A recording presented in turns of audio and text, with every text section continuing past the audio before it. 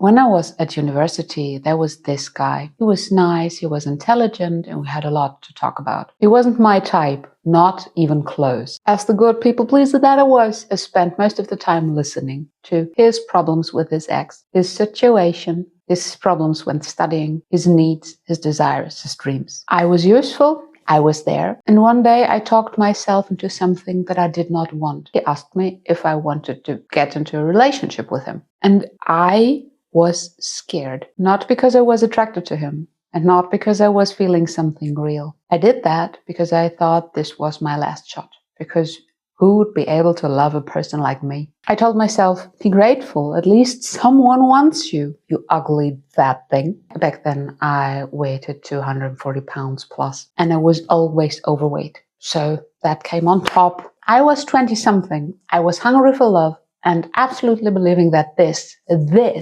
was the best that I could get. Honestly, that wasn't a true decision. That was hunger pretending to be gratitude, and I didn't even know the difference. If you've ever talked yourself into a situation, a bad, or into a relationship, or something else you didn't want, and then called it good enough, this video is for you. Because I want to show you exactly where that voice that's giving you the advice to say yes comes from. And most importantly, how you can start making decisions from a different place. Not from fear, not from hunger for love, but from choice. Here's the thing about that voice. It doesn't sound desperate or something. It sounds reasonable. Maybe it says, don't be so picky. You're lucky that anyone's interested. It says, oh, well, he's actually quite nice. This is fine. This is enough. And that voice sounds so calm and so logical that you and I listen to it. We allow it to decide for us. I say it again. You say yes not because you wanted to say yes. You say yes because somewhere along the way you decided, or another person decided for you, that you weren't worth more than what was being offered. And here's what it makes this voice so hard to spot. It doesn't feel like self-abandonment or something. It feels like being realistic. It feels like being mature. And it feels like, the gods forbid, like not being one of those women that have incredible standards and that will end up alone. We don't want to end up alone, right? But if you're watching this and nodding, this voice is not telling you the truth. That voice is telling you the story of a version of you that had to learn to survive on very little. And that voice is still running that program even now, when you've more possibilities, responsibilities, say, in your life than then. Let me say this clearly.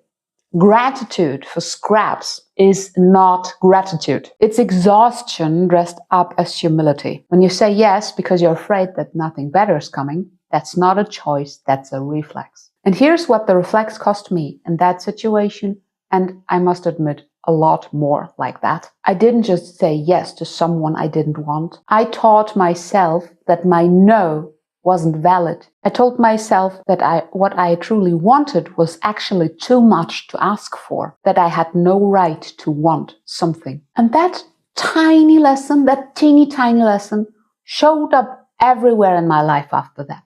As I said, I did it more than once. It showed up in every friendship where I gave more than I had. It showed up in jobs where I stayed too long because I thought I could save the company or whatever. It showed up in conversations where I swallowed what I actually wanted to say. This yes, spoken out of hunger, came actually from a pattern that I did not recognize as a pattern for a very long time, until I did, and then I grew out of that stupid pattern. Let's be honest, there's a part of you that knew back in that moment when you said yes and meant no. Something quiet, whispering in the back of your head that said, this isn't right. And then you overruled that whisper because the other voice that was proclaiming this is logical was louder. So we have to do some work here. But the work is not trying to silence that loud voice. You cannot silence a reflex. I tried that, trust me. Won't work. The work we must do is finding that silent, tiny voice again. And when we have found it, we must give it more airtime. So, what does that look like in practice? In practice, it starts with one question. Not, what do I want? That's too big when you're used to not asking. It starts with, does this situation, thing, or whatever feel chosen? Or does it feel like there's just this one option available? And you can feel the difference. Chosen feels open, vast, huge, big. And maybe it feels like it's too much for you to bear at that point. But that's not true. And the only option available feels like relief mixed with dread. You know the difference. I know that you know. You felt both. So, next time you want to say yes, pause, please. Just pause long enough to ask yourself that question. This pause is important, but not to change your answer necessarily. First and foremost, it's important to know from which point you are giving the answer. So, chosen or only option mode. And let me tell you, that pause is where the whole situation starts to shift. I made something to help you recognize that pause and to work with it. I've created a free digital guide that is called the 3-second pause. You can get it as a gift when you join my newsletter. The link to my newsletter, Luna Faces, is in the description. And who am I to tell you all that stuff? I am Jen, also known as the Witch of 1,000 Faces. I help people, yes, mostly women, but people, to find their true form. And that's what this channel is all about. Subscribe if you want to know more. Remember, a pause before you automatically say yes gives you the opportunity to choose. And you are worth it every single time. See you soon.